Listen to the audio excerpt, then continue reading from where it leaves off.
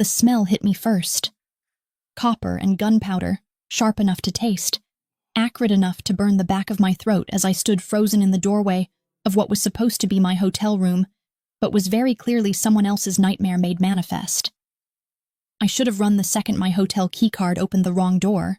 should have turned on my exhausted, jet-lagged heels, and stumbled back down the hallway to the elevator that had deposited me on the 14th floor of the Hotel Vittorio just moments before.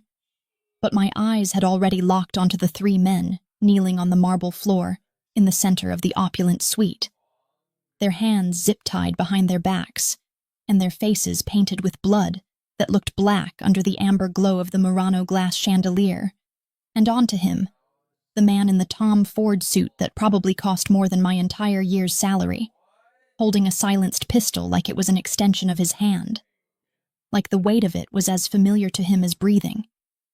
His cold gray eyes sliding from his victims to me with the slow, predatory focus of a shark scenting blood in the water. Time crystallized into something thick and viscous, each second stretching into an eternity as my brain struggled to process the scene before me, struggled to reconcile the exhaustion still clinging to my bones from 14 hours of travel with the very real, very immediate danger that my stumbling into this room represented. I'd left Boston's Logan Airport yesterday morning with nothing but a carry-on suitcase, a confirmation email for a boutique hotel in Rome's Trastevere neighborhood, and the desperate hope that 3 weeks alone in Italy would help me figure out what I wanted from my life now that I'd finally ended my engagement to Marcus, finally admitted that a safe, predictable future with a safe, predictable man in our safe, predictable Cambridge apartment was slowly suffocating every spontaneous impulse I'd ever possessed. The travel agent had called this trip Finding Yourself in the Eternal City, had promised me that Rome would awaken something in me that had gone dormant during my 26 years of careful choices and calculated risks. But I'm fairly certain she hadn't meant that I would find myself standing in a penthouse suite, watching what appeared to be a very organized, very professional execution in progress. The man with the gun, because that's what he was in this moment. Not a person, but a presence, a force of nature contained in an absurdly expensive suit, tilted his head slightly as he studied me, and I watched his free hand lift in a gesture so subtle it was almost imperceptible, watched the massive wall of muscle and malice that had been standing behind the kneeling men move toward me with surprising speed for someone who had to be at least 6.5 feet tall and 250 pounds of pure menace. My survival instincts finally kicked in, sending adrenaline flooding through my system in a cold rush that made my fingers tingle and my vision sharpen with sudden, terrible clarity, and I stumbled backward, my hand still gripping my suitcase handle like it was some kind of talisman that could protect me from the reality of what I'd just witnessed, my mouth opening to scream or apologize or beg. I wasn't sure which. Stop. The word came from the man with the gun, spoken in English but wrapped in an accent that turned the single syllable into something almost musical, almost beautiful despite the circumstances, and the massive enforcer froze mid-step, his ham-sized fist already reaching for the collar of my rumpled travel cardigan, his small, dark eyes glittering with something that might have been amusement or might have been anticipation of violence. I couldn't tell which and didn't want to find out. The suited man moved then, crossing the space between us with the fluid grace of a predator who'd never once in his life had to hurry, who knew with absolute certainty that his prey had nowhere to run and all the time in the world to be caught. And I found myself pressing back against the doorframe even though every rational part of my brain was screaming at me to run, to move, to do literally anything except stand there like a deer caught in headlights while he approached with that gun still held loosely in his right hand, his left hand sliding into his pocket with casual elegance. Up close, he was devastating in a way that had nothing to do with conventional attractiveness, and everything to do with the sheer force of his presence. The sharp planes of his face, all brutal angles and aristocratic bones. His dark hair swept back from his forehead in a style that belonged in a different century. His gray eyes the color of winter storms, and just as merciless as they catalogued every detail of my appearance, with an intensity that made me feel stripped bare despite being fully clothed in my travel-wrinkled jeans and cardigan. "You are lost, Bella Turista," he said. And it wasn't a question but a statement of fact delivered in that accented English that my exhausted, terrified brain registered as Italian even as I struggled to form words around the panic constricting my throat. This is not your room, I think, unless you have developed very interesting tastes in accommodations during your journey to my beautiful city. I wanted to laugh at the absurdity of his words, at the almost conversational tone he used while holding a weapon that had very likely been used to end lives, while 3 beaten men knelt on the floor behind him, waiting for whatever fate he'd already decided for them. But the sound that came out of my mouth was something closer to a whimper, a pathetic little noise that made me hate myself, even as I fought to find my voice. "I'm sorry," I managed, and the words tumbled out in a rush that I couldn't control, fueled by terror and jet lag and the surreal disconnect between the nightmare I'd stumbled into and the peaceful vacation I'd imagined. The front desk gave me a key card, room 1408. But it must have been wrong. It must have been some kind of mistake because I just got in from Boston and I'm so tired and I just wanted to sleep. And I didn't see anything. I swear I didn't see anything. Please just let me go. And I promise I won't tell anyone what I saw here. I don't even know what I saw here. I don't know who you are or what's happening. And I just want to go back downstairs and sort out my room situation and pretend this never happened. Something flickered across his face, too quick for me to identify before his expression settled back into that mask of cold assessment. And he reached past me with his free hand to push the door closed behind me with a soft click that sounded like a death knell in the suddenly silent suite. "You are tired from your journey. You want to sleep. You promise not to tell anyone what you have seen," he repeated, his voice taking on a thoughtful quality that somehow scared me more than if he'd shouted or threatened, because it suggested he was actually considering my words, actually weighing them against whatever calculations were running through his mind. "These are all very reasonable desires, Piccola, very understandable requests from a frightened American woman who has found herself in a situation that she does not comprehend. But I am afraid that what you want and what I can allow are 2 very different things at this particular moment." He shifted slightly, angling his body so that he stood between me and the 3 kneeling men, blocking my view of them as if to spare me further exposure to the scene I'd already witnessed. And the gesture was so unexpectedly considerate given the circumstances that it made my already precarious emotional state wobble dangerously. "What is your name?" he asked, and the question was so normal, so ordinary in its social convention, that it took me several seconds to process it. Several seconds to drag my name up from the depths of my panic-stricken mind. "Isla," I whispered, then cleared my throat and tried again with more volume, more conviction than I felt. "Isla Moretti. I'm an art curator from Boston. I'm here on vacation. I'm supposed to be staying in this hotel for 3 nights before I move to an apartment I rented in Trastevere for the rest of my trip. And I really, truly didn't mean to walk in here. I promise this was just a horrible mistake with the key cards." His eyes sharpened at something I'd said, some detail that had caught his attention, and I watched him process the information with visible interest, his gaze traveling over me again, but this time with different intent, as if he was reassessing me based on this new knowledge. "Moretti," he repeated, rolling the syllables around his mouth like he was tasting them, testing them for authenticity. "An Italian name for an American girl who curates art. How very interesting. How very convenient that you have walked into my room on this particular night when I am conducting business that relates very closely to your profession." Dread pooled in my stomach, cold and heavy, because there was something in his tone that suggested this was more than just terrible timing, more than just a simple mistake with hotel keycards, and I shook my head even as fresh tears burned behind my eyes. "I don't understand what you mean. I don't know anything about your business. I just want to leave. Please just let me leave, and I swear on everything I hold sacred that I will never speak about this to anyone. You'll never see me again. I'll check out of this hotel and find somewhere else to stay, and you can forget I ever existed." He smiled then, and it was the most terrifying expression I'd ever seen on a human face. Beautiful and cold and entirely devoid of warmth. The kind of smile that promised pain wrapped in silk. Death delivered with impeccable manners. "But you see, Bella Isla,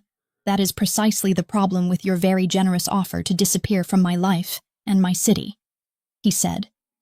reaching up with his free hand to brush a strand of my dark hair back from my face in a gesture that would have been tender, if not for the gun still held casually in his other hand,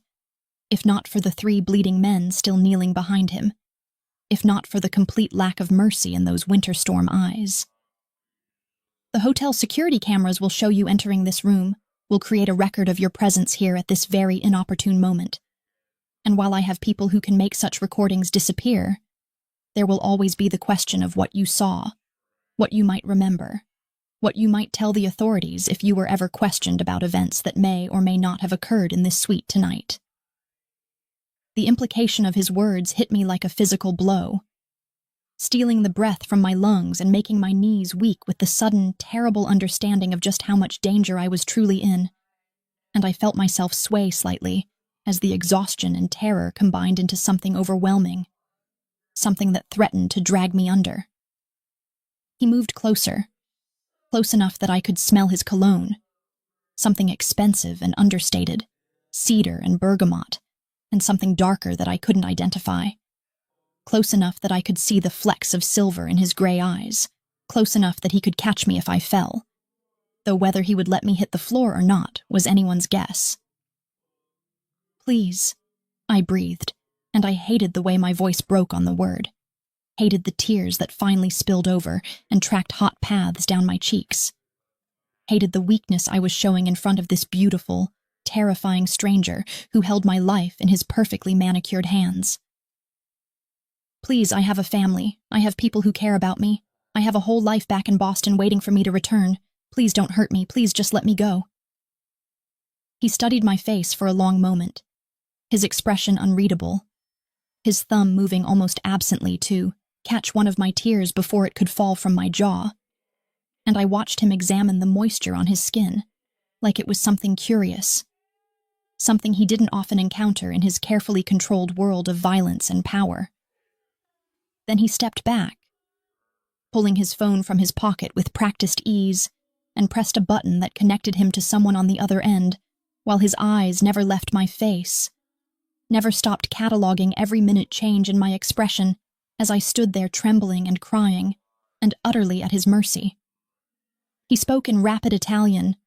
the words flowing too quickly for my limited language skills to catch more than a few fragments. Problema, testimone, decidere. And I watched his face remain impassive as whoever was on the other end responded, watched him nod once, twice, then end the call with the same casual efficiency with which he'd made it. The silence that followed felt suffocating, oppressive in its weight, and I found myself holding my breath as I waited for him to pronounce my fate, to tell me whether I would walk out of this room alive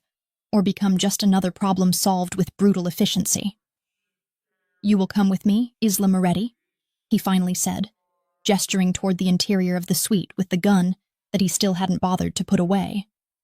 And when I didn't immediately move, frozen by fear and indecision, he sighed with what might have been impatience, or might have been something else entirely. "I am not going to kill you here in this doorway where your blood would stain very expensive Italian marble and create complications that I do not currently have time to address, so you may take some small comfort in that fact, as you make the very wise decision to do exactly as I tell you, and walk further into this room where we can discuss your immediate future in more comfortable surroundings." The massive enforcer moved then, his hand closing around my upper arm with enough pressure to make his intentions clear without actually causing pain, and I found myself being guided away from the door, away from my only escape route, deeper into the penthouse suite where 3 beaten men still knelt in silence,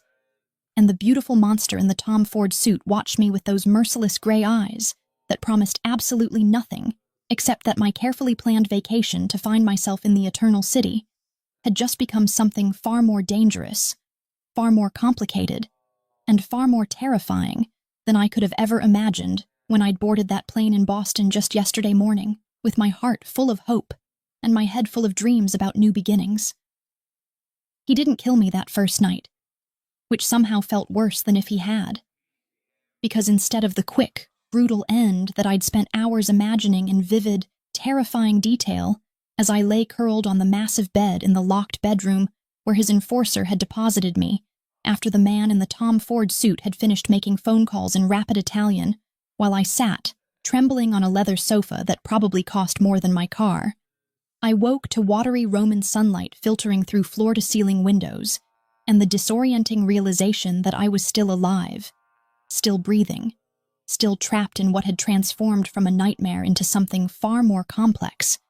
and infinitely more dangerous. The room where I'd eventually cried myself into fitful sleep was decorated with the kind of understated luxury that whispered old money and older power, all cream-colored silk wallpaper and antique furniture that belonged in a museum rather than a hotel suite. And as I pushed myself upright on sheets that felt like liquid against my skin, I caught sight of my reflection in an ornate gilded mirror across the room and barely recognized the wild-eyed woman staring back at me, her dark hair tangled around her shoulders and her face pale with exhaustion and residual fear. The sound of a key turning in the lock made my heart leap into my throat, made every muscle in my body tense with the anticipation of violence or worse. But when the door swung open, it wasn't the massive enforcer from last night, but rather the man himself, the beautiful monster who'd decided my fate with a series of phone calls, and he entered my prison carrying a tray that held what appeared to be espresso in delicate porcelain cups and pastries that filled the room with the scent of butter and sugar and something I couldn't quite identify, but that made my traitorous stomach clench with hunger despite the circumstances. He'd changed from the suit into dark slacks and a white shirt, with the sleeves rolled up to reveal forearms corded with lean muscle and decorated with what looked like the edge of a tattoo disappearing under the fabric. And his hair was slightly damp as if he'd recently showered, and the whole domestic normalcy of his appearance was so jarring against the memory of him holding that gun, speaking those words in Italian that had sealed whatever fate awaited me, that I found myself unable to do anything except stare at him, with my mouth slightly open and my brain struggling to process this new version of my captor. "Buongiorno, Isla Moretti," he said,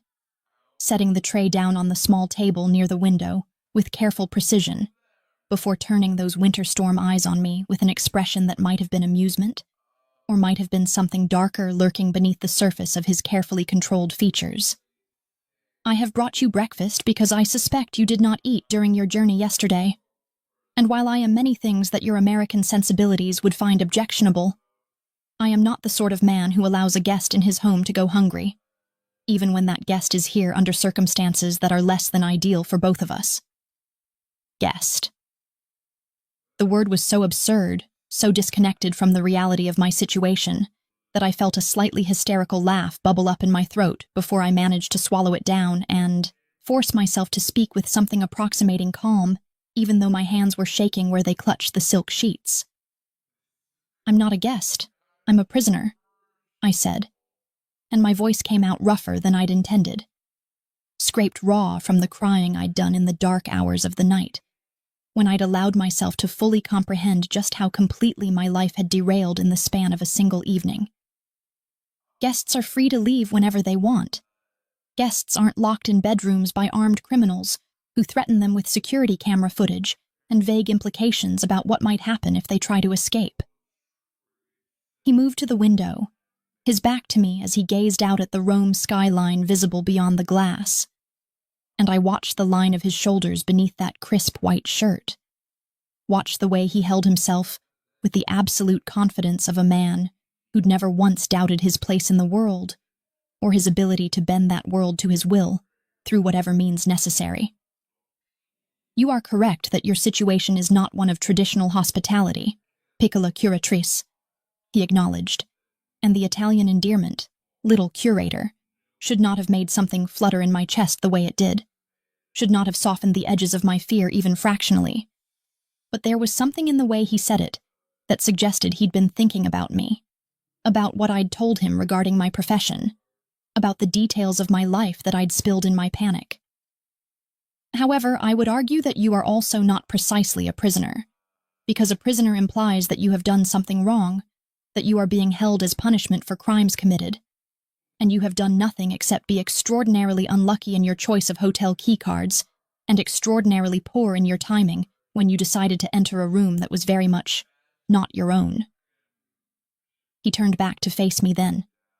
leaning against the window frame with casual elegance that should have looked studied or artificial, but instead seemed entirely natural, as if he'd been born to stand in expensive rooms and make pronouncements about the fates of unwitting American tourists who'd stumbled into his world. So I propose we call you something else, something that more accurately reflects your current status in my home, he continued, moving toward the breakfast tray and pouring espresso into both cups, with practiced ease before carrying one over to where I still sat frozen on the bed, extending it toward me like a peace offering wrapped in porcelain and caffeine. You are my ospit involuntaria, my involuntary guest, and you will remain here in comfort and safety until I can determine exactly what to do with you and the rather significant problem that your presence represents for my business interests and my family's continued prosperity. I took the espresso because my hands needed something to do, besides shake, because the warmth of the cup grounded me in a reality that still felt surreal and dreamlike, and because some part of me recognized that refusing his gesture would accomplish nothing except possibly angering him, and I had no desire to see what this man looked like when his carefully maintained control slipped into actual rage. The espresso was perfect, rich and strong, and exactly what my jet-lagged system needed, and I hated that I noticed this detail. Hated that I could appreciate the quality of something he'd brought me while simultaneously being terrified of what he might decide my fate should be. You said last night that this relates to my profession, I managed, after taking a sip that burned pleasantly down my throat. My mind latching onto this detail because it was concrete, because it was something I could potentially understand in a situation that had spun so far beyond my comprehension that I felt like I was drowning in uncertainty. What does art curation have to do with whatever business you were conducting with those men? What could I possibly know that would make my accidental presence here such a significant problem? His expression shifted into something that looked almost like approval, as if he appreciated that I was trying to think through the situation rationally, rather than dissolving into hysterics again. And he settled into the chair across from the bed with his own espresso cradled in long fingers, that I tried very hard not to remember, wrapped around the grip of a silenced pistol. The men you saw last night were traders who had been selling information about my family's operations to our competitors, operations that include the acquisition and movement of certain valuable artifacts through channels that your government and mine would consider less than legitimate,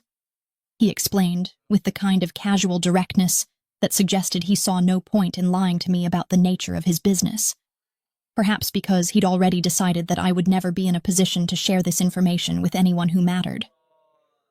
Your museum in Boston,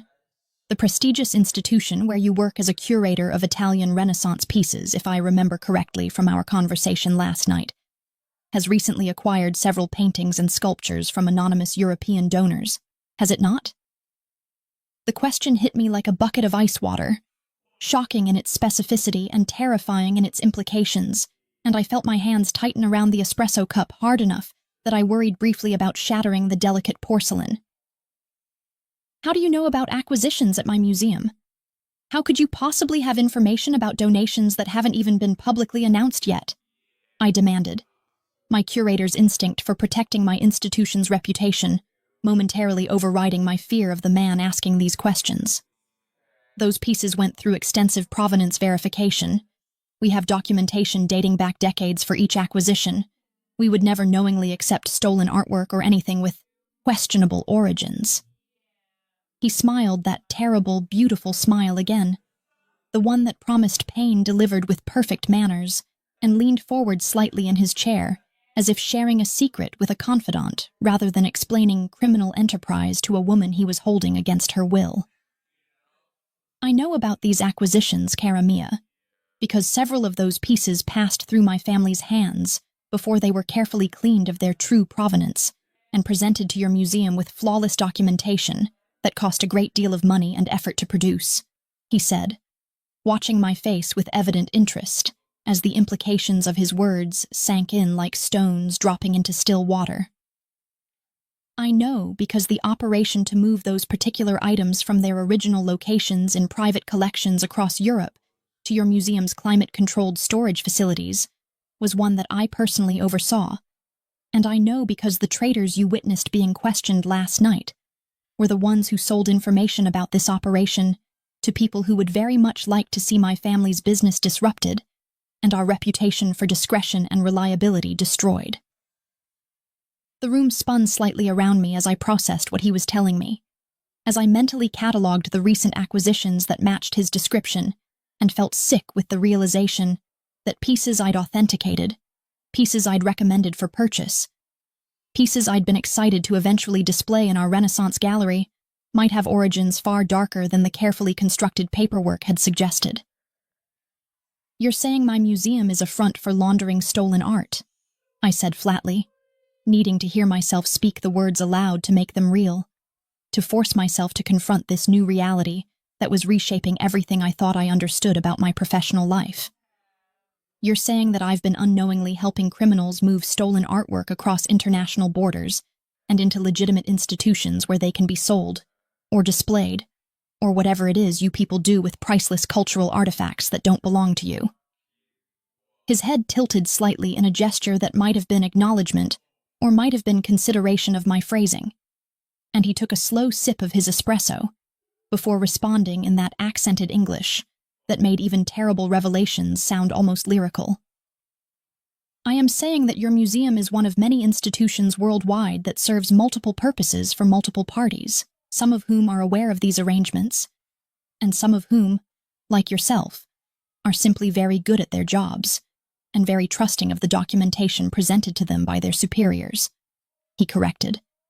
And there was something in his tone that suggested he was making a distinction that mattered to him, even if I couldn't quite grasp why. "I am also saying that your presence here, your accidental witnessing of my interrogation of the men who betrayed my family's trust, creates a unique situation that I find both problematic and potentially useful in ways that I am still determining." I set down my espresso cup because my hands were shaking too badly to trust myself not to spill it, and I wrapped my arms around myself as if that could provide some protection against the cold dread spreading through my chest at his words, at the calculating look in his eyes that suggested he was already several moves ahead in whatever game he was playing with my life as one of the pieces. "What does that mean? Potentially useful? What could I possibly offer you that would make keeping me alive worth whatever risk my continued existence represents?" I asked, hating the desperation I could hear creeping into my voice but unable to stop it.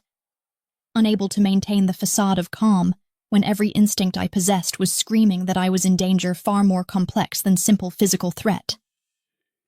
He rose from his chair with fluid grace and moved to stand by the window again, his profile sharp against the light flooding in from outside. And when he spoke, his voice had taken on a quality I couldn't quite identify, something that lived in the space between threat and promise. "You are going to help me identify which of your colleagues at the museum are knowing participants in the laundering operation and which are innocents like yourself. You are going to provide me with information about upcoming acquisitions and authentication processes. And you are going to do this because the alternative is that I turn you over to the authorities with carefully constructed evidence, suggesting that you were the one selling information about my family's operations to our competitors," he said, turning to face me fully so I could see the absolute certainty in his expression, the complete confidence that I would comply with whatever demands he made. "Or perhaps, if you prove to be less cooperative than I hope, I simply ensure that you disappear entirely. Another tragic American tourist who went missing in Rome and was never seen again. A cautionary tale for travelers who should have been more careful about where they wandered." The threat was delivered with such casual elegance that it took my brain several seconds to process the full weight of what he was saying. Several seconds to understand that he was offering me a choice between becoming his informant or becoming his victim. And neither option included the one thing I desperately wanted, which was to wake up from this nightmare and find myself back in my safe, boring life in Boston, where the most dangerous thing I encountered was aggressive drivers on the Mass Pike. And if I agree to help you, if I provide the information you want, what guarantee do I have that you'll ever let me go? That you won't just keep using me until I'm no longer useful and then eliminate me anyway? I asked, forcing myself to meet his eyes even though everything in me wanted to look away from the winter-cold assessment I found. There. Something flickered across his face again. That same expression I'd seen last night when I'd told him my name, when he'd heard that I was a curator, and he crossed the room to stand beside the bed, looking down at me with an intensity that made my breath catch in my throat, for reasons that had nothing to do with fear, and everything to do with the unwanted awareness of just how devastating this man was when he focused the full force of his attention on you. You have my word, Piccola Curatrice, and while I understand that means very little to you given the circumstances of our meeting, I can tell you that in my world, in the business I conduct and the life I lead, my word is the only currency that truly matters, he said, reaching out to tuck another strand of my hair behind my ear in a gesture that was becoming disturbingly familiar, disturbingly intimate in a way that made my skin heat despite every rational objection my brain was raising. Help me protect my family's interests. Help me identify the threats within your museum's structure, and when this situation is resolved to my satisfaction, you will return to your life in Boston with enough money to ensure that you never have to work again if you choose not to, and with the understanding that we will never speak of what transpired during your unfortunate stay in Rome. He moved toward the door then, pausing with his hand on the handle to look back at me where I sat frozen on the bed, trying to process everything he'd told me, trying to decide if I had any choice at all in what came next or if this was simply him allowing me the illusion of agency, while he maneuvered me exactly where he wanted me to go. I am going out for several hours to attend to business that requires my personal attention, and Kozlov will be stationed outside your door to ensure your safety and your continued presence in this room, he said, and the slight emphasis on safety suggested he was aware of how that word sounded coming from the man who was holding me captive. When I return this evening, you and I will discuss the specifics of our arrangement over dinner, and you will have had time to consider your options and make the choice that I think we both know you will make. Because you are an intelligent woman who understands that survival sometimes requires cooperation with people we would prefer to oppose. He opened the door, revealing the massive form of Kozlov standing guard in the hallway beyond, and I watched him prepare to leave. Watched him straighten his shirt cuffs with the same casual elegance he brought to everything he did, and I found my voice just as he was about to step through the doorway. I don't even know your name, I said, and the words came out smaller than I'd intended, more vulnerable than I wanted to sound. But they were true, and they mattered because if I was going to be trapped in this situation with this man, if I was going to be forced to make impossible choices about cooperation and survival, then I at least deserved to know what to call the beautiful monster who held my life in his perfectly manicured hands. He paused, turning back to face me with an expression that might have been surprise or might have been something else entirely. And when he spoke, his voice had softened almost imperceptibly, had lost some of that cold edge that had characterized our entire interaction up until this moment. Dante, he said simply, and the name suited him in a way that made perfect sense. Made me think of Italian poetry and divine justice and circles of hell that people descended into thinking they could escape but finding themselves trapped forever. My name is Dante Sovereign, and you, Isla Moretti, are going to help me destroy the people who betrayed my family's trust. And in doing so, you are going to discover that the world you thought you understood, the safe little existence you built for yourself in Boston with your museum and your broken engagement, and your desperate need to find yourself in my city, was nothing but a carefully constructed illusion that was always destined to shatter the moment you walked through the wrong door. He left then, pulling the door closed behind him with a soft click that I heard echoed by the sound of the lock engaging, and I sat alone in my beautiful prison with the taste of espresso still on my tongue and the weight of impossible choices pressing down on my chest like a physical thing, wondering how it was possible that just 24 hours ago I'd been standing in Logan Airport, thinking that the biggest risk I was taking was traveling to Europe alone for the first time in my life, completely unaware that the real danger wouldn't come from pickpockets or getting lost in unfamiliar streets, but from a man named Dante Sovereign, who'd looked at me with those winter storm eyes and seen not a person but a tool, not a woman but a weapon to be used against his enemies, and who'd somehow made me consider actually helping him, even though every moral principle I'd ever held was screaming at me that cooperation with a criminal, no matter how beautiful or how compelling his arguments, was a line I should never, ever allow myself to cross. The dress he sent to my room cost more than my monthly rent. Blood-red silk that clung to every curve like a possessive hand. His hand, I realized with a shiver that had nothing to do with the temperature of the air-conditioned suite. When he arrived exactly 2 hours after the stylist had departed, and proceeded to dismiss the woman with a gesture before stepping behind me to zip up the back of the gown himself, his fingers deliberately grazing the length of my spine in a touch that burned through the thin fabric and made every nerve ending in my body light up with an awareness I desperately wished I could suppress. I'd spent the day in a fog of anxiety and unwanted anticipation, knowing that Dante would return as promised, knowing that I would have to give him my answer about cooperation even though we both understood I had no real choice in the matter. And when Kozlov had unlocked my door, 3 hours before sunset, to allow entry to a severe-looking Italian woman carrying garment bags and makeup cases, I'd realized with creeping dread that whatever Dante had planned for this evening involved more than just a dinner conversation in the privacy of his penthouse suite. Perfetta, Dante murmured behind me as he finished with the zipper, his breath warm against the nape of my neck, where the stylist had arranged my dark hair into an elegant updo that exposed the vulnerable column of my throat. And I watched our reflection in the full-length mirror that dominated one wall of the bedroom, watched the way we looked together with him in his perfectly tailored midnight blue suit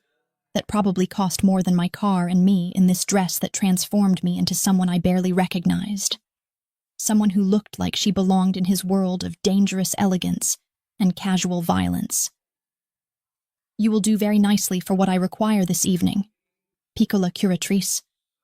Very nicely indeed for the role you are about to play in front of people who would kill us both without hesitation if they suspected for even a moment that you are anything other than what I will present you to be. My reflection's eyes widened at his words, at the casual mention of death delivered in that accent that made even threats sound like poetry. And I turned to face him directly rather than continue watching our dual image in the mirror,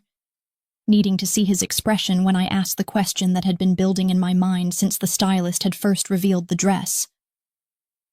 What exactly am I supposed to be? What role are you asking me to play that requires this kind of preparation and warrants warnings about people who might want to kill us? I demanded, hating the way my voice shook slightly despite my attempt at firmness, hating that I could smell his cologne again, that same cedar and bergamot and something darker that I'd noticed last night, and hating even more that some traitorous part of my brain was cataloging these details, storing them away as if they mattered, as if knowing what Dante Sovereign smelled like was information worth preserving. He moved to the small table where the stylist had left a jewelry box, opening it to reveal a necklace that made my curator's eye immediately recognize the quality and age of the piece. Diamonds and sapphires set in what looked like platinum from the Art Deco period. Probably worth more than everything I'd ever owned in my entire life combined. And he lifted it from its velvet nest with careful reverence before approaching me again, with clear intent to fasten it around my neck himself. You are going to be my American girlfriend, my infatuated lover who cannot keep her hands off me or her eyes from following my every movement. My beautiful distraction who accompanied me to Rome from your home in Boston, because you cannot bear to be separated from me for even the length of a business trip, he explained as he moved behind me once more, and I felt the cool weight of the necklace settle against my collarbones, before his fingers worked the clasp at the back of my neck with practiced ease that suggested he'd done this before, had dressed other women in expensive jewelry, for whatever purposes his business required. Tonight, we are attending a gala at a historic palazzo hosted by a family whose relationship with my own organization has become strained in recent months,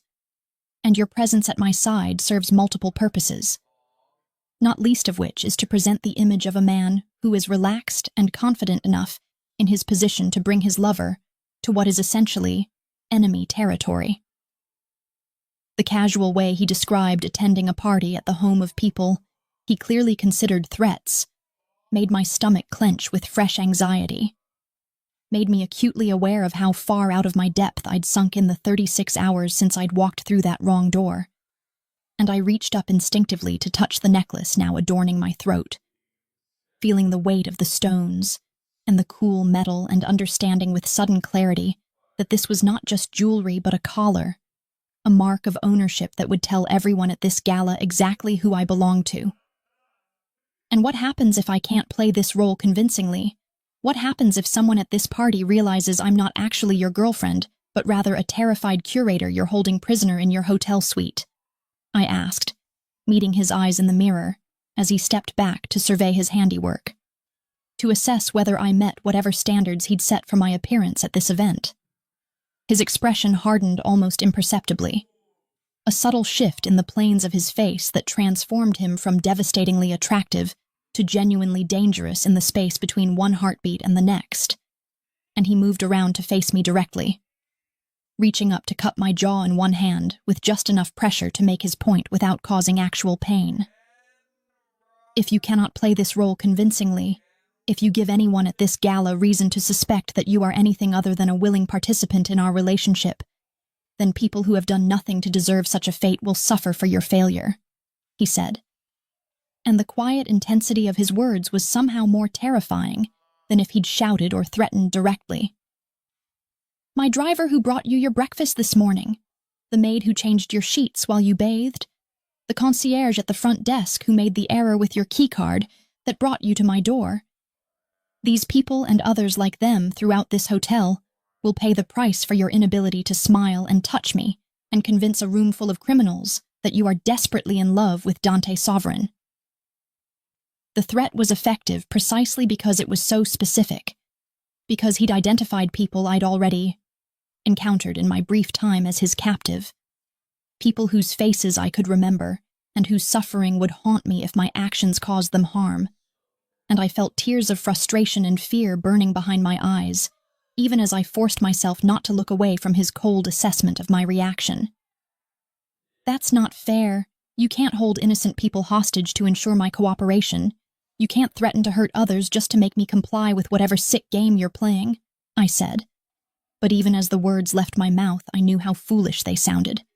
knew that fairness and morality were concepts that held no weight in Dante's world of violence and calculated cruelty. He released my jaw and stepped back, reaching into his jacket pocket to withdraw a small envelope that he pressed into my hands with deliberate care. And when I opened it with trembling fingers, I found photographs inside, candid shots of the people he'd mentioned. The driver, the maid, the concierge, all going about their daily routines, completely unaware that they'd been documented as potential targets. I can, and I will, do whatever is necessary to protect my interests and ensure your cooperation, cara mia. Because unlike you with your comfortable American morality and your belief that people should play by rules that make you feel safe, I understand that survival in my world requires a willingness to do things that would horrify your delicate sensibilities, he said. And there was something almost like regret in his voice, almost like he wished he could be the kind of man who didn't need to make such threats, but had long ago accepted that he wasn't, and never would be. So you will get in the car that is waiting for us downstairs, you will sit close to me during the drive to the palazzo, and you will spend the evening touching me, smiling at me, and looking at me with the kind of adoration that suggests you find me utterly irresistible, because the alternative is that innocent people suffer for your pride and your resistance to a situation that you cannot change through stubbornness or moral objections. The car was exactly as I'd expected. Sleek, black, expensive, and Dante kept his hand possessively on my lower back as we walked through the hotel lobby, guiding me past curious staff members and guests who stared at us with the kind of attention that beautiful people in expensive clothes always attracted. And I forced myself to lean into him slightly, to tilt my head toward his as if he was whispering sweet nothings rather than instructions about how to behave once we arrived at our destination. The drive through Rome's evening streets should have been magical. Should have been the kind of experience I'd dreamed about when I'd booked this trip. The ancient city glowing golden in the sunset, while we passed landmarks I'd only seen in photographs. But instead, I spent the journey acutely aware of Dante's thigh pressed against mine in the back seat, of his arm draped across my shoulders, in a gesture that looked casual but felt like a cage,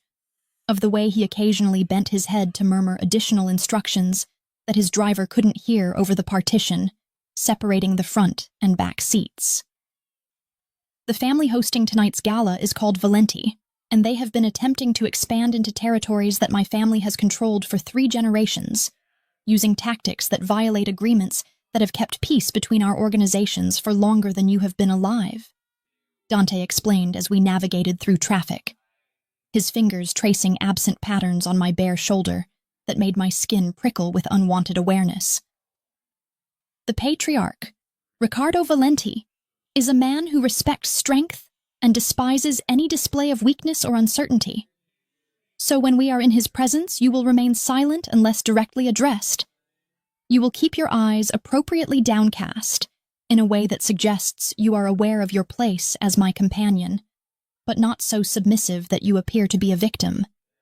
And you will under no circumstances react with visible emotion if you witness or overhear things that disturb you, because any sign that you are uncomfortable will be interpreted as my failure to control my woman and will undermine the authority I need to maintain in this negotiation. The list of rules and expectations felt endless. Felt like I was being prepared for a performance in a play where I didn't know my lines, and the audience was composed entirely of people who would happily kill me if I delivered my dialogue incorrectly. And I found myself nodding along to his instructions while my mind raced with questions about how I'd ended up here. About how a simple vacation meant to help me figure out what I wanted from my life had transformed into this surreal nightmare where I was being dressed up like a doll and paraded in front of criminals as proof of Dante Sovereign's confidence and control. The palazzo when we arrived was everything I'd imagined, and more. A Renaissance masterpiece of architecture that had clearly been maintained and updated over the centuries, while preserving the historical elements that made it breathtaking. And as Dante helped me from the car, with courtly manners that would have been charming in any other context, I caught sight of other guests arriving in similar vehicles, women dripping with jewels and men radiating the kind of casual menace that suggested they were all players in the same deadly game that Dante navigated with such apparent ease. His hand found its home on my lower back again as we climbed the stone steps leading to the palazzo's entrance, and I was acutely conscious of the eyes tracking our progress, of the whispered conversations that surely centered on Dante's choice to bring an unknown American woman to this gathering. And I forced myself to remember the photographs in that envelope, forced myself to think about the innocent people who would suffer if I failed to play my role convincingly, enough to satisfy whatever audience we were about to face. The interior of the palazzo was a museum come to life, every surface decorated with frescoes or tapestries or sculptures that made my curator's heart ache with the desire to examine them properly, to study their provenance and appreciate their beauty in circumstances that didn't involve pretending to be the lover of a man who trafficked in stolen art and casual violence. And I felt Dante's grip on my waist tighten slightly as if he could sense my distraction and was warning me to focus on the task at hand rather than on the treasures surrounding us. Dante Sovereign, what an unexpected pleasure to see you at my home after the unfortunate misunderstanding between our families last month. The voice came from our right, feminine and sharp as a blade wrapped in silk, and I turned to see a woman who could only be described as devastating in the way that certain predators are beautiful, all sleek lines and dangerous curves poured into a gown that probably cost as much as the necklace I was wearing. Her dark hair swept back from a face that was striking, rather than conventionally pretty. Her eyes assessing me with the kind of cold calculation that made me feel suddenly, acutely aware of how out of place I was in this world of practiced cruelty and elegant menace. And you've brought a guest. How very bold of you to parade your new acquisition in front of all these people who would be so very interested to know everything about the woman who has apparently captured the attention of the sovereign heir. Dante's entire body language shifted in response to this woman's approach, his casual elegance taking on an edge of wariness that I could feel in the tension of his muscles where they pressed against me. And when he smiled at her, it was with the kind of controlled politeness that suggested a much more complicated history than simple business rivalry. "Lucia Valenti, you look as beautiful as ever, and your father has outdone himself with this evening's arrangements," he said smoothly, and I watched him execute a subtle bow that managed to be both respectful and somehow mocking in its perfection. "Allow me to introduce Isla Moretti, who has graciously agreed to accompany me to Rome from her home in Boston, where she curates Italian Renaissance art for one of America's most prestigious museums. I thought she might appreciate the opportunity to see pieces from your family's famous collection that rarely leave the palazzo walls." Lucia's eyes,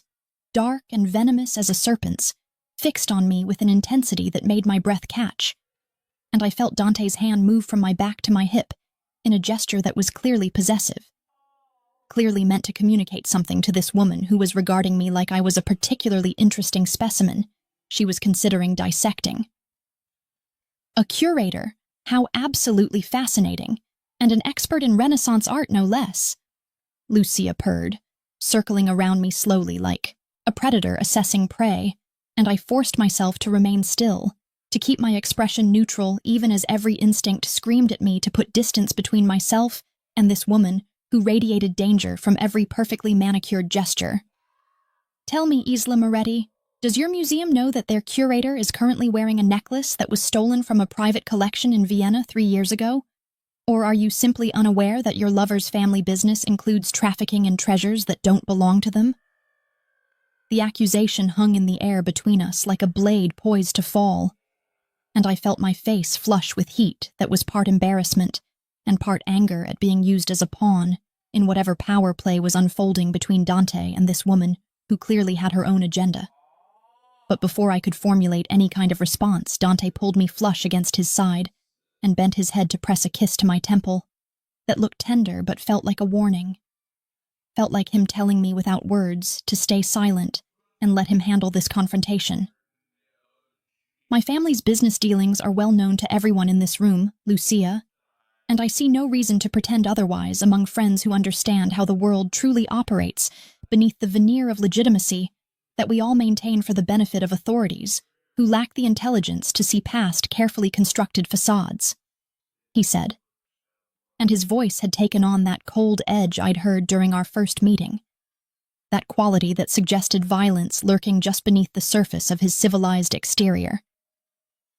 "As for Ela, she knows exactly what I am and what I do, and she has chosen to stand beside me anyway, because some women appreciate men who understand that power and beauty are often acquired through means that make lesser people uncomfortable with their own desires for what they cannot have through legitimate channels." The lie was so smoothly delivered, so convincing in its confidence, that I almost believed it myself, even as I stood there knowing that my presence at Dante's side was anything but voluntary, that I was playing this role under threat of harm to innocent people. And I watched Lucia's expression shift into something that might have been disappointment, or might have been calculation, as she reassessed whatever theory she'd been testing with her pointed questions about the necklace's provenance.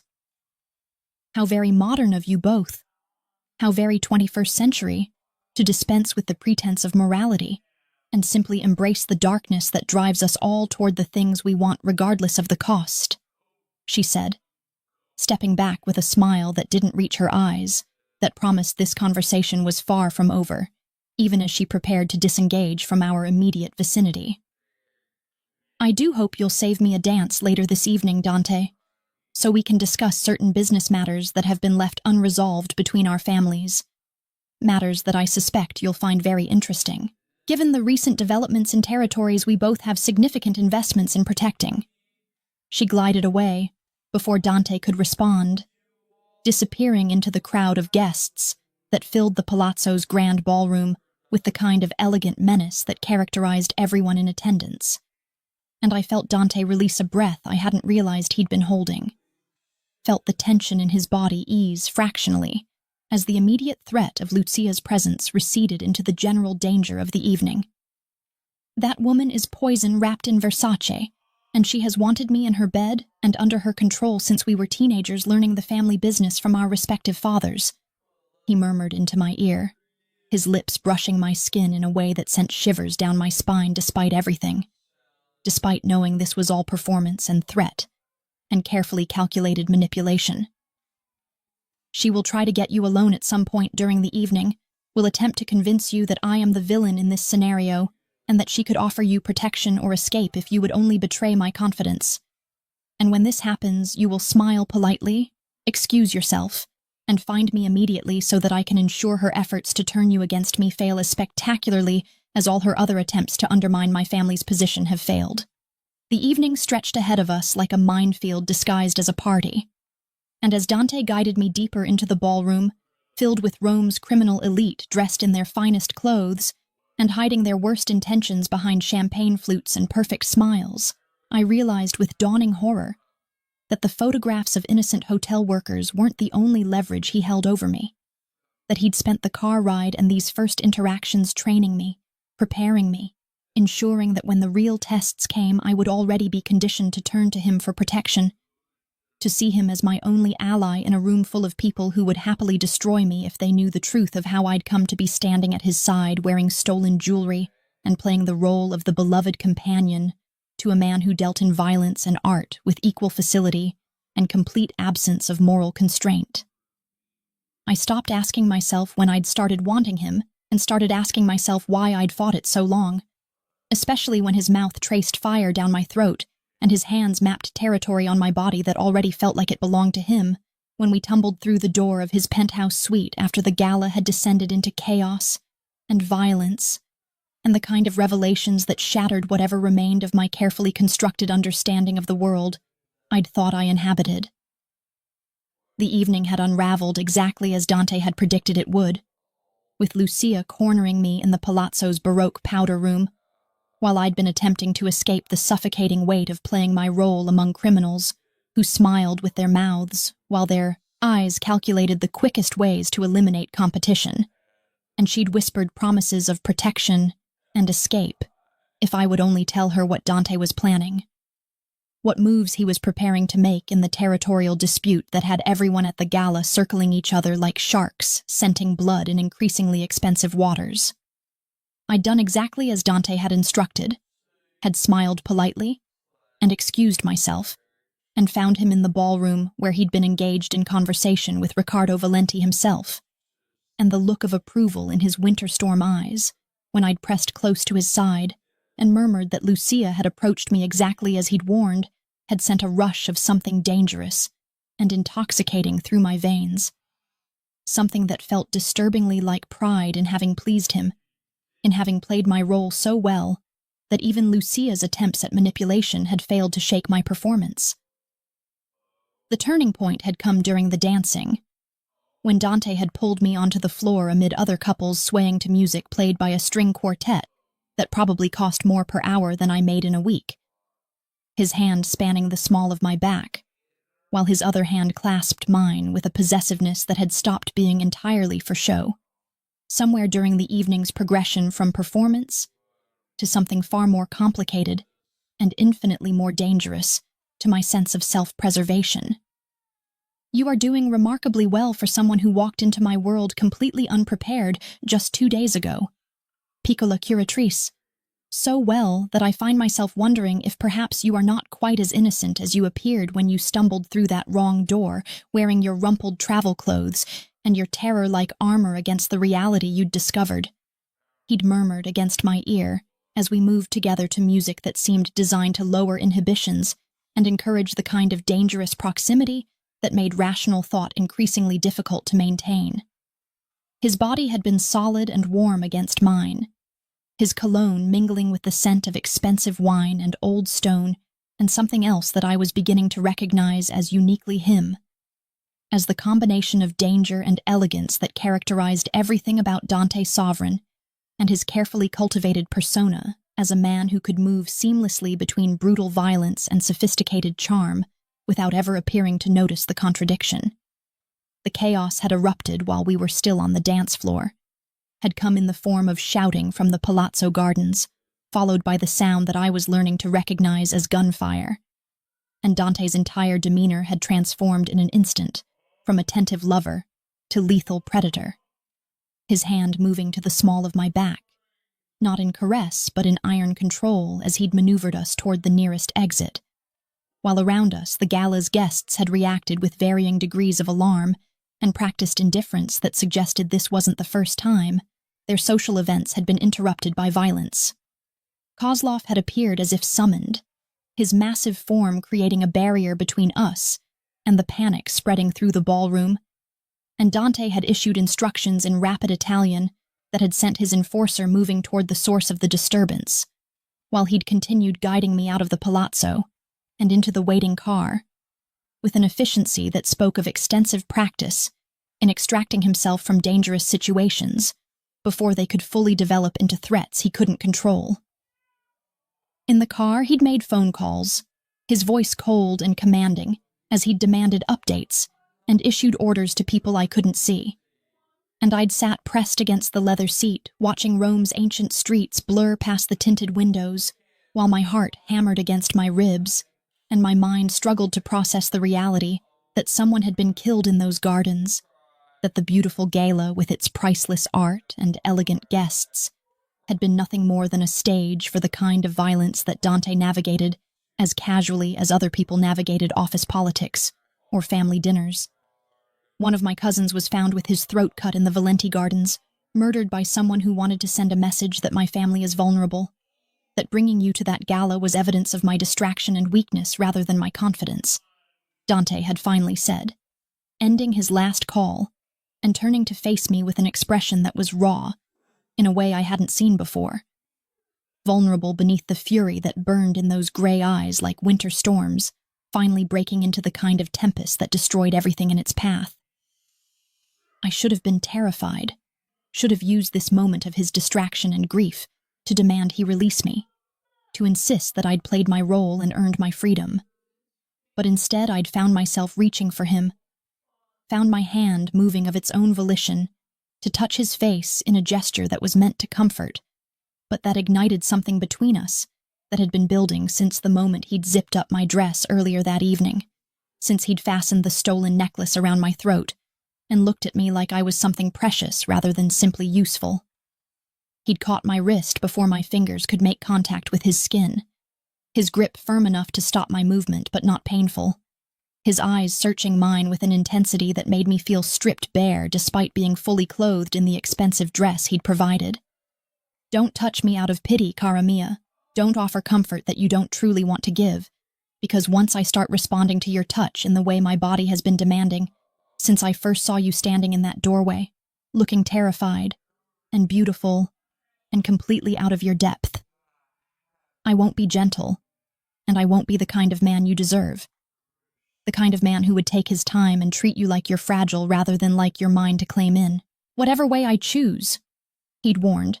But even as he spoke, the words his thumb had been stroking the inside of my wrist where my pulse hammered against my skin. And I'd understood in that moment that we were both already lost.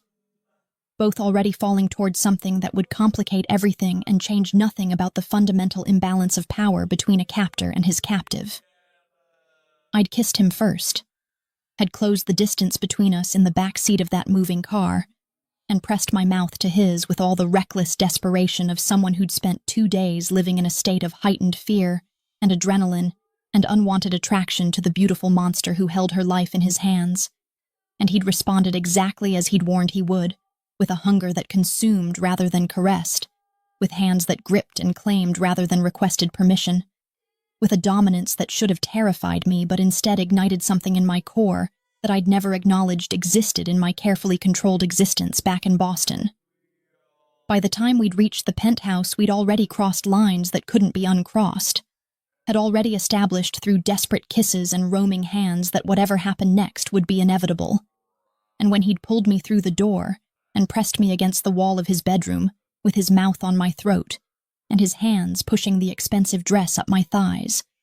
I'd stopped pretending that this was anything other than what it was. A surrender to desire that had been building since our first confrontation. A capitulation to the magnetic pull between two people who should have remained enemies, but who'd somehow become something far more complicated in the span of just 2 days. Tell me you want this. Tell me you're choosing this, even knowing what I am and what I've done, because I need to hear you say the words before I take what I've been imagining taking since I first decided not to kill you. He'd demanded against my skin, and I'd understood that he was offering me one final chance to stop this. One last opportunity to preserve some boundary between us that might make it easier when this situation eventually resolved and I returned to my old life. But I'd been beyond caring about easier, or safer, or any of the principles that had governed my existence before I'd walked through that wrong door. My answer had been to pull his mouth back to mine,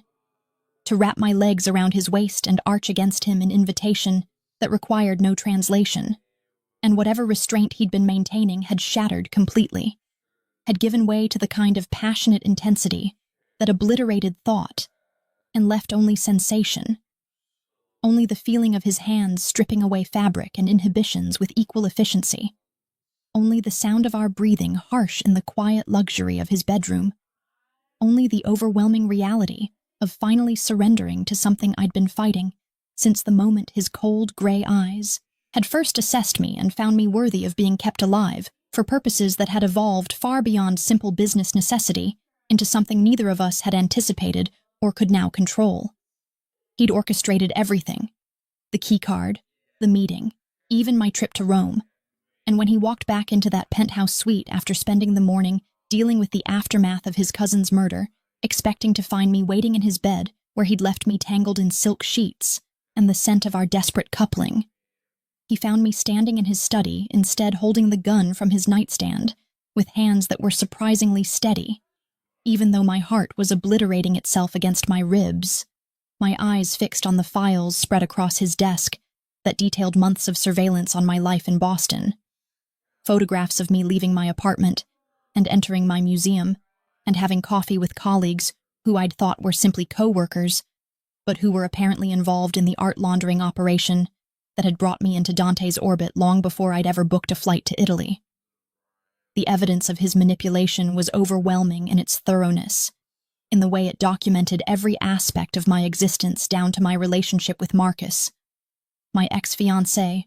whose name appeared repeatedly in documents that connected him to the rival syndicate that wanted to destroy Dante's family business. And I watched something flicker across Dante's face when he saw me standing there armed and furious, and finally understanding the full scope of how completely I'd been used, how thoroughly he'd constructed this entire scenario to bring me into his world under circumstances that would make me dependent on him for survival, and therefore controllable in ways that a willing participant never would have been. You were never going to let me go, were you? You were never going to honor whatever promises you made about returning me to my life in Boston with enough money to disappear, because this was always about something bigger than just identifying traitors in your organization or getting information about my museum's acquisition process, I said, and my voice came out remarkably calm, considering the fury and betrayal churning through my system like poison, considering that I'd woken up an hour ago still wrapped in his arms and feeling something dangerously close to contentment, before curiosity and insomnia had driven me to explore the penthouse and discover the truth hidden in his private files. The keycard malfunction wasn't an accident. My room assignment wasn't a mistake. Even my entire trip to Rome was something you engineered by having someone send me that travel voucher disguised as a prize from a contest I never actually entered. And you did all of this because Marcus was using me to authenticate stolen pieces for your competitors, and you needed someone inside who was innocent enough to be believable, but compromised enough to be controllable once you'd drawn me into your world. He moved slowly into the study, his hands visible and empty in a gesture that might have been meant to appear non-threatening, but that I recognized as the careful approach of a predator who'd identified that his prey had developed claws, and when he spoke, his voice carried that same intensity I'd heard last night when he'd been buried inside me and demanding that I acknowledge what was happening between us, was more than just circumstance or coercion. Everything you've discovered in those files is true. Every photograph and every document represents months of preparation to bring you into a position where I could use your expertise and your connections and your complete ignorance of your ex-fiancé's criminal activities to dismantle an operation that was costing my family millions and threatening to expose networks we've spent generations building, he acknowledged. And there was something almost like respect in his expression as he assessed me standing there with his own weapon pointed at him, as if he'd always known this moment would come,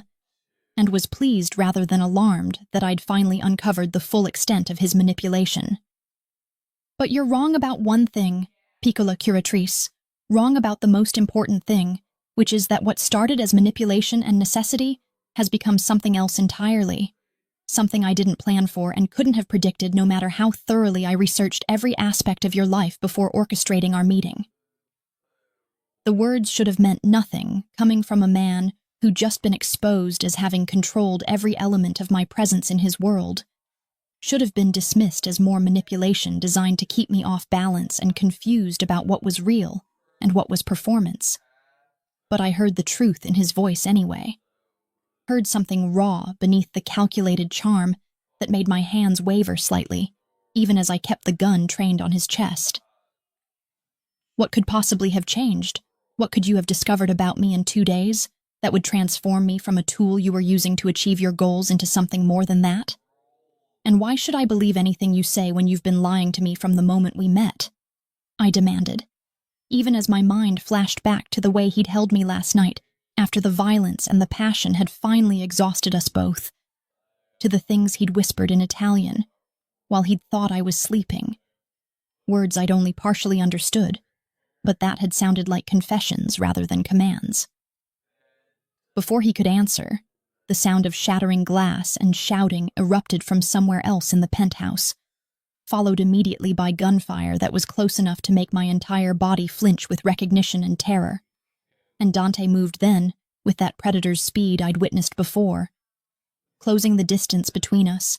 and disarming me with practiced efficiency before pulling me toward a section of the wall that opened at his touch to reveal a panic room equipped with monitors and weapons and everything necessary for surviving an assault on the suite. The security feeds showed armed men flooding through the penthouse, Valenti soldiers based on the coordination of their movements,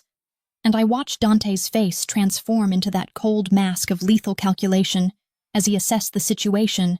and began issuing instructions into a phone that connected him to Kozlov and other members of his security team, who were apparently stationed throughout the building. Lucia has decided that killing me while I'm distracted by you is preferable to whatever long-term strategy her father was pursuing, and she's brought enough men to ensure that even if I survive the next hour, my reputation as someone who can protect his interests and his people will be sufficiently damaged to undermine my family's position for years to come, he said. And I heard in his voice not fear, but rather a kind of grim acceptance that this confrontation had always been inevitable, that the violence we'd witnessed at the gala was merely the opening move in a war that would be fought in this penthouse suite with me as an unwilling witness to whatever outcome emerged from the chaos. I should have stayed in the panic room where I'd be safe, should have let Dante handle the threat without my interference, but instead I found myself asking him how I could help, found myself offering to use my knowledge of the penthouse layout that I'd memorized during my captivity to create advantages he might not have considered. And the look he gave me in response was complex enough to contain surprise and gratitude, and something else that looked disturbingly like the emotion he'd claimed to feel earlier, before the world had exploded into violence again. We defended that penthouse together over the next hour, with me directing his movements through the monitors, while he eliminated threats with efficient brutality,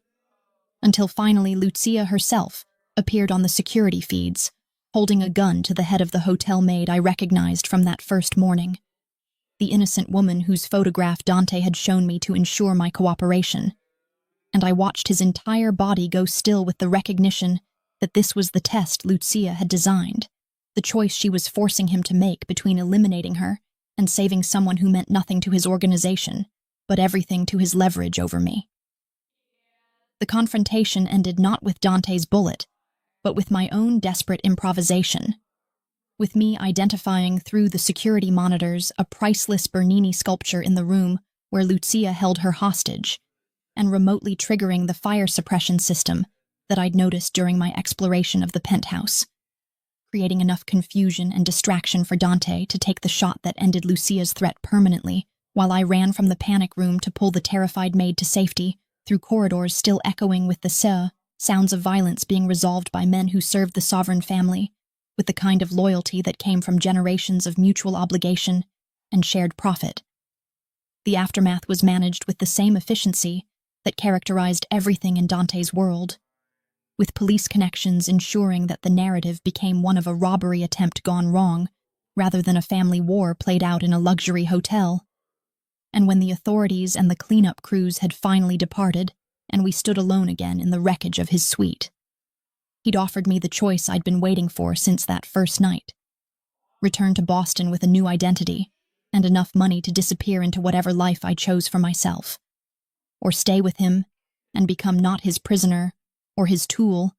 but his partner in transforming his family's criminal empire into something that could eventually operate in the light, rather than in shadows. I should have chosen freedom, should have taken the money and the new identity and disappeared back into the safe, predictable existence I'd been living before that wrong keycard had opened the door to his world. But instead I'd found myself asking what he wanted rather than what he was offering.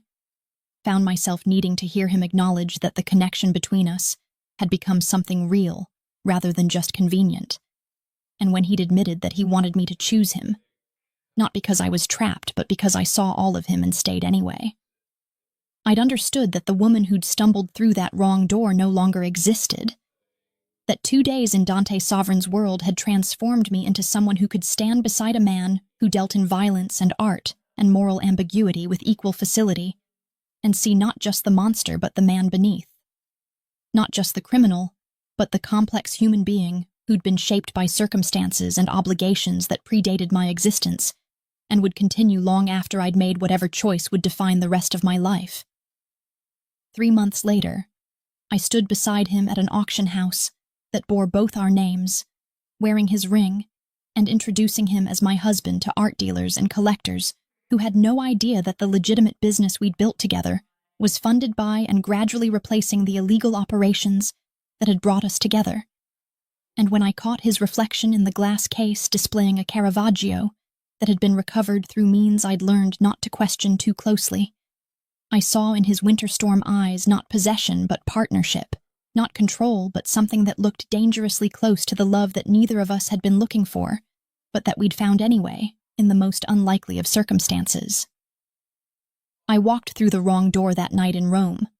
stumbled into a nightmare that had transformed into something I couldn't quite classify as dream, but that had become undeniably mine, had become the life I'd chosen not because I had no other options, but because sometimes the most authentic version of ourselves only emerges when we're stripped of all the safe illusions we've constructed about who we're supposed to be, and forced to confront who we actually are when all the comfortable lies fall away and only truth remains, raw and terrible and somehow more beautiful than anything we could have planned or predicted or controlled.